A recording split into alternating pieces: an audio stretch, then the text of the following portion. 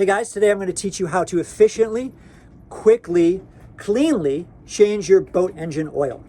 Stay tuned. Today I'm going to show you guys how to change your oil from your diesel engine.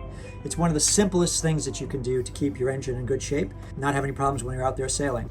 It's like with any mechanical job that you're going to be doing, the best, most efficient way to do it is if you have all the materials beforehand, and then instead of realizing as you get into it, it's like, oh crap, I have to go out and buy something. Well, this one's really easy. Like I said, I have the oil extractor, oil filter, which I'll change. Always change your oil filter when you're changing your oil. Your oil filter, that's where it captures all the crud. So I bought this pretty reasonable device at West Marine. It forms a vacuum, so you pump it a few times. You insert your tube into your dipstick. You take your dipstick out of your engine, and then the vacuum pulls the oil in. And what I did prior to that is I ran the engine for about maybe 15-20 minutes just to kind of get it up to not quite operating temperature, but warm. I wanted the oil warm, and I wanted all the crud on the bottom of the oil pan to get emulsified into the oil so that it would come out when I'm doing this process. So this is still going. I can still see oil coming out of the top. I don't know if you can see it, but it's draining. That's all our cruddy oil on the bottom. You'll know when it's kind of done because you'll hear it slurp, you know, like a straw, like a Slurpee. So you know it's kind of at the end. Hear that sound? That's the sound we're looking for. That means it's probably almost all out. Yeah. Let's see if there's any more in there. Just kind of splattering. I'm just going to let that go for a little while. But we're pretty much at the end. I think it takes a lot of oil. I forget what it is.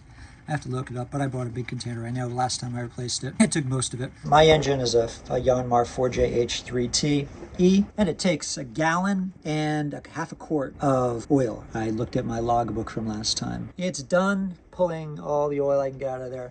It doesn't get absolutely everything. The only way you're going to absolutely get everything is if you were to find the drain plug and, you know, go in the bilge. Forget it. I can't even get my hands down there. So this is what we go for. Then once I pull this out of here, I will take off the oil filter down there. And that's pretty easy to access on my engine because I have a little door and it's right there. So I'm going to replace that. And that's got a little bit of oil in it too.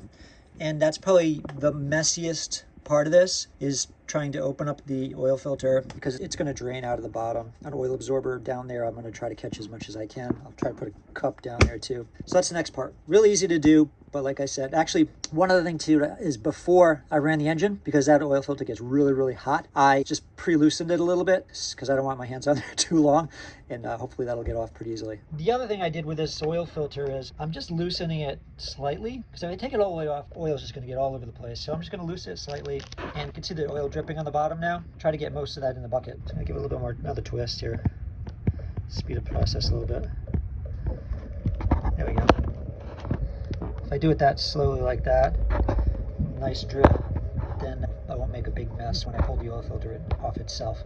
See, it's been like, I don't know, maybe a minute or two for all the oil to drain out of the oil filter. And I'm just going to let it drip maybe a couple more minutes just to get most of it out. With any of these things, the slower you move, the more methodical you are about things, the more you plan ahead, the less problems you're going to have. It's going to be less messy because you'll maybe pre-thought of things that you need to do, like for instance, you know, removing the oil filter, put a cup underneath it, that type of thing. So this is about done. I'm going to pull this oil filter off now. And one person, and I have one hand, but you can see how easily it comes off now. And so there's like a long threaded tube here that the oil filter is on, and it sticks out probably about like that. So I'm going to take that off, and then I'll show you what I mean.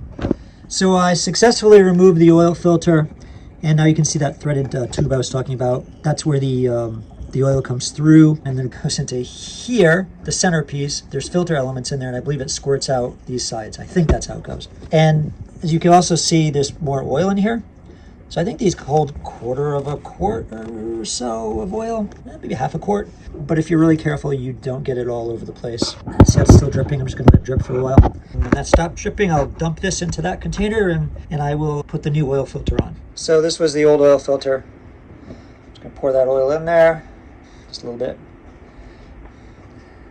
So that's still dripping, but that's okay. So I'm going to grab my new oil filter, the often come in plastic. Take the plastic off. The plastic is off, And you see this gasket right here? We want it to have a nice seal against the metal on the engine. So I'm going to clean up the metal on the engine a little bit and then just put a little bit of oil, of the new nice oil on this to give it a nice seal. That's the oil that dripped out of the filter itself, plus there's still a little bit in there, so I bet it probably takes about a quart or half a quart. It's pretty cruddy. It's really bad. I needed to do this a while ago and I didn't. I'm glad I'm doing it now. So now I'm just going to pour the oil into the top of my engine. And I just have this, it's just the top of another 1 quart oil container, and it just fits in there nice. And when the engine oil level gets down to the low mark, then you add a quart and it brings you back up to the top mark. That's kind of how they're usually set up. But you definitely don't want engines over full because it can blow out seals and things like that. So a little less is better than too much. I'm gonna put the cap back on this baby and then check my dipstick. There we go. See if you can see this. Ah, that looks so much better. Look at that nice clean oil compared to that thick sludge that was in there before.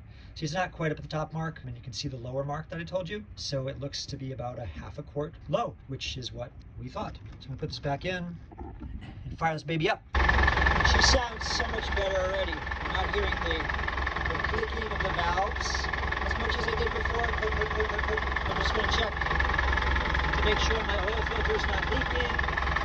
Nothing's leaking. Make sure I didn't do anything dumb. Ball's down there. The coolant looks good. I just check the engine over anytime you start it up. It's always good to make sure you check things. Like here, I put this chain protection on these hoses because it was rubbing up against the engine. A couple other places I did it too. So just be aware of what goes on in your engine. This is your heart of your remote. So I'm going to run it up to operating temperature. Water looks good. That's something I would adjust to at some point. I like that. But that's another day. It's pretty black down there. And that filter. Like I said, that's not right now. But these are just things that you want to look at when you have your engine open and you're doing stuff. Check your fuel filters. Make sure there's no crud on the bottom or any visible like water you can see in the bottom. I happen to have 2 step-down chargers because I have a 20-volt, 24-volt system. So I have a step-down charger for 2 12-volts. The lights are on, so that's good. We'll charge them. And my voltage regulator is working. And over here, everything seems to be working. Come back up to the cockpit here. This is my temperature gauge. So when I ran the engine initially to get the oil nice and warm, I think I ran it up to 160, 170 just to get it warm and then shut her down. Diesels like to be run under load. So when I run this at idle or I run it for any length of time, I usually engage the gear just to give it something to do. And then I increase the RPMs a bit, maybe 1,000, 1,500, just to kind of give it a load. I always look to see if this water coming out of my muffler as soon as I start the engine. There it is. So it's going about 1,000 RPM, bump it up a little bit. And we're going reverse because I'm on a mooring. So I'm pulling up my mooring pendants versus going forward and probably going over the top of the mooring, and that wouldn't be good. So, all right, now I'm going back down below. Checking out the engine. I just look at the exhaust. I had to replace the exhaust before. Make sure there's no smoke coming out of there.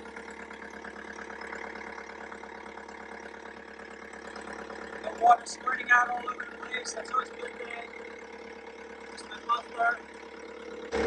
And I'm going to open this because that's where my stuffing box is and my shaft. So I just check it out. It's a dripless stuffing box. Any yachts have these now, any boats have them, they're great. Instead of the old-fashioned drip. And this seems to be working good. So all the clamps look good. So that's about it. I'll put her back in neutral. Shut her down. Say hi to Bernie. Hi, Bernie. Bernie's my boat dog. He helps me do everything. And so everything seems to be good, so we're going to shut this puppy down. Well, first we're going to put it in neutral. Back in neutral. Yeah, there we go. Gorgeous day out here today. And then I just throw my key over.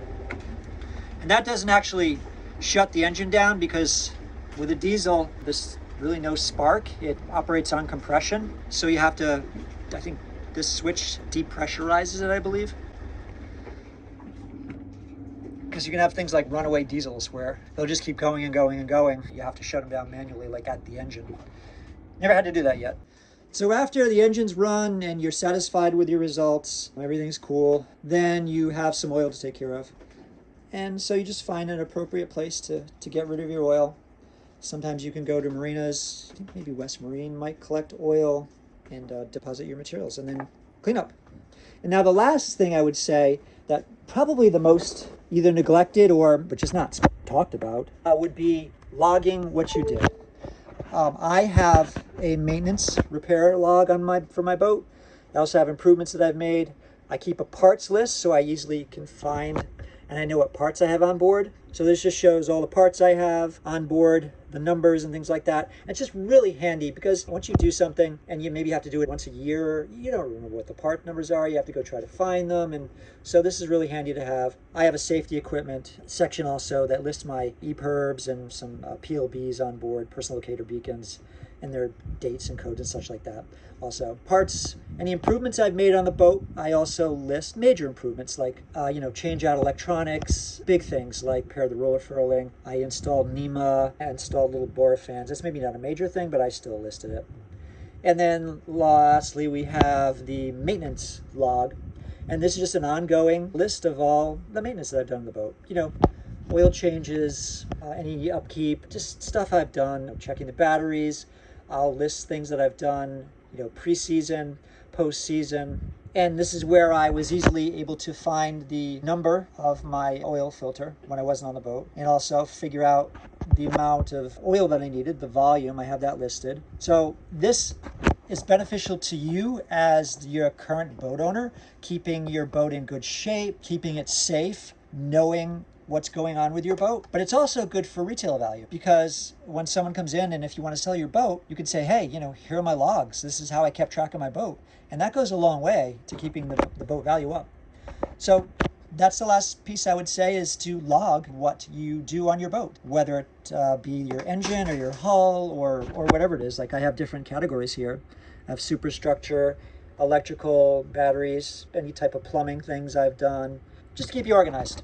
And I think that goes a long way to keeping a safe, happy, and Bristol boat. So that was the simplest and cleanest engine oil change I've ever done. That's how easy it can be if you have the right tools, if you have the right equipment, which is, in this case, paper towels, a rag, a funnel, one of these extractors. These things are great. The proper amount of oil, maybe a little bucket to catch the oil, and that's kind of about it.